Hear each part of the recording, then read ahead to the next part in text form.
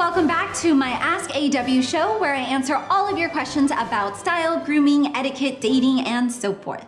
So if you have any questions, be sure to leave it in the comment section below or visit the link in the video description. It's definitely been a minute since I last did an Ask AW episode, and I've gotten so many great questions from you guys, so I decided to bring on a very special guest to help me answer those questions. And you may recognize him from some of the latest videos I've done. He's also my fiance, Dorian. Hello, nice to officially meet everybody. I don't think a lot of people know really who I am or what I do in this whole little AW universe that we've created. So what am I exactly?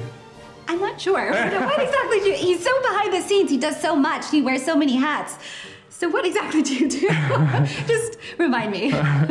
So I'll tell the audience as well, so we're all on the same page. So I basically help with all the back-end stuff. Ashley obviously does all the writing and all of the outfit details. And then I do all the really boring stuff, like set up the website, social media stuff, basically just handle the business end of everything. Ashley makes me model as well. I'm sitting at my desk, she's like, hey, by the way, try this on. I'm like, what is this? She's like, oh yeah, we're gonna do a shoot today. And I'm like, why am I in this? I don't want to be in this. I get to tell him what to do, and he has to listen. Any opportunity she gets, she'll take it to boss me around. First up, Brian asked, well, first he said, I love the site and videos and have used your advice often, but I get the feeling that everything you recommend is something you're paid to promote and is not always your honest opinion.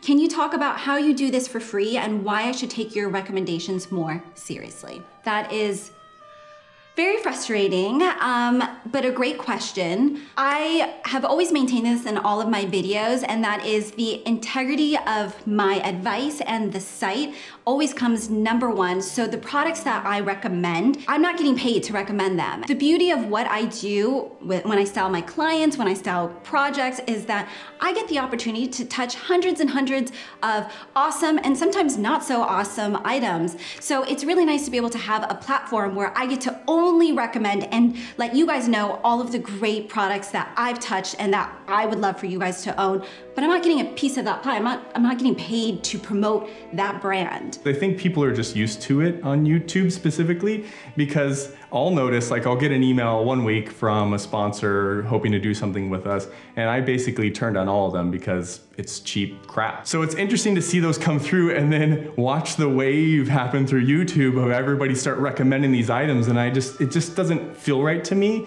and Ashley as well. And so we really go out of our way to make sure that we don't do things that aren't organic to the channel. We do an affiliate program, so when someone clicks on links from the website to buy things, we get a small commission of that. And that's pretty much industry standard. That's not like some weird witchcraft that we figured out to do. That's just kind of how a lot of channels make their living on top of sponsorships and things like that. So that's why we're able to do this for free for you guys. And as far as her recommendations based on sponsorships, number one, you have to disclose that by law, so you would know that. But second, we just pretty much don't do them because it's tacky and cheap. If it was organic to the channel or something that Ashley really liked, then yeah, we would do something like that, but we pretty much turn down 99.9% of stuff because it's just, it feels gross. This is not our career. We don't make our living this way. So Seth asked, what's the best way to pack a suit or sport coat if I'm not checking any bags and only have a weekender and a backpack? So this is a really great question because a lot of times when we travel, you never want to check a bag. No. And I don't like checking a bag because it just takes up way too much time. So you usually only have a backpack and a weekender actually, so this is kind of perfect. Basically, when I'm in that situation, I need to bring a suit or like a sport coat with me and I don't want to get it wrinkled. If my weekender is not completely full, I'll take my, my sport coat or suit and pack it in there kind of lightly and it should be okay. If it's full, then I have to basically get a garment bag and hang it over like a strap on my weekender or my backpack. And no one's ever given me trouble for getting on planes with that because it literally just sits on top of your bag in the overhead bin. I think once someone was like, that's 3 items, you can only bring 2. I'm like, this will go on top of that in like this much space. As far as how to fold it, I think you said you wanted to like All right, I want to show you guys real quick how to fold it because it's actually really simple. Can I have you hold this? Sure. All right, one sec. Okay, I'm back. So I've got a sport coat, but I'm actually gonna turn it around so you guys see the back side of it because it'll be easier for me to demonstrate this. So what I do is, it doesn't matter what side you start with, I'll start with my left side, but I take my left hand and I'll push it through the left sleeve, so like this right here, left side of the sleeve, and I'll just bring it inside out. So now it's inside out. Then what I'll do is I'll take my right hand and push it through this right sleeve, but I'm not gonna take it inside out. So basically what I'm gonna do is take this hand with the sleeve and go through the other sleeve.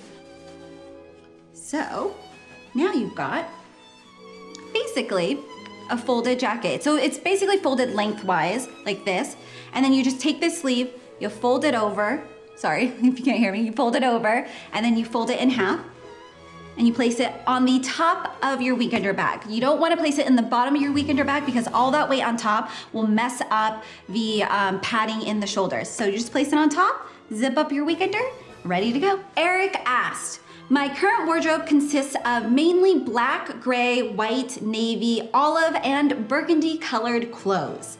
What can I do to be more colorful? And what can I do to elevate my style so I can appear more stylish rather than boring, basic, and simple? I got a bone to pick because I think a lot of men think that in order to be stylish, you need to wear bold colors and be mixing patterns a lot. There is nothing boring or basic about wearing simple, essential pieces and keeping your colors neutral. It's very heartbreaking when I see guys just mixing a bunch of patterns and colors together and thinking that they look amazing, because it's not. You gotta keep it simple, keep it timeless. And don't you agree with that? Like, I mean, look at James Bond. Is he wearing like, you know, flashy everything? No. Very understated, very refined. I mean, certainly for your personality, if you want to add color and things like that, you certainly can. The details are where you can like add little pops of color and personality. So like your pocket square, like your tie, or your socks. Like I know you talked about the socks a lot.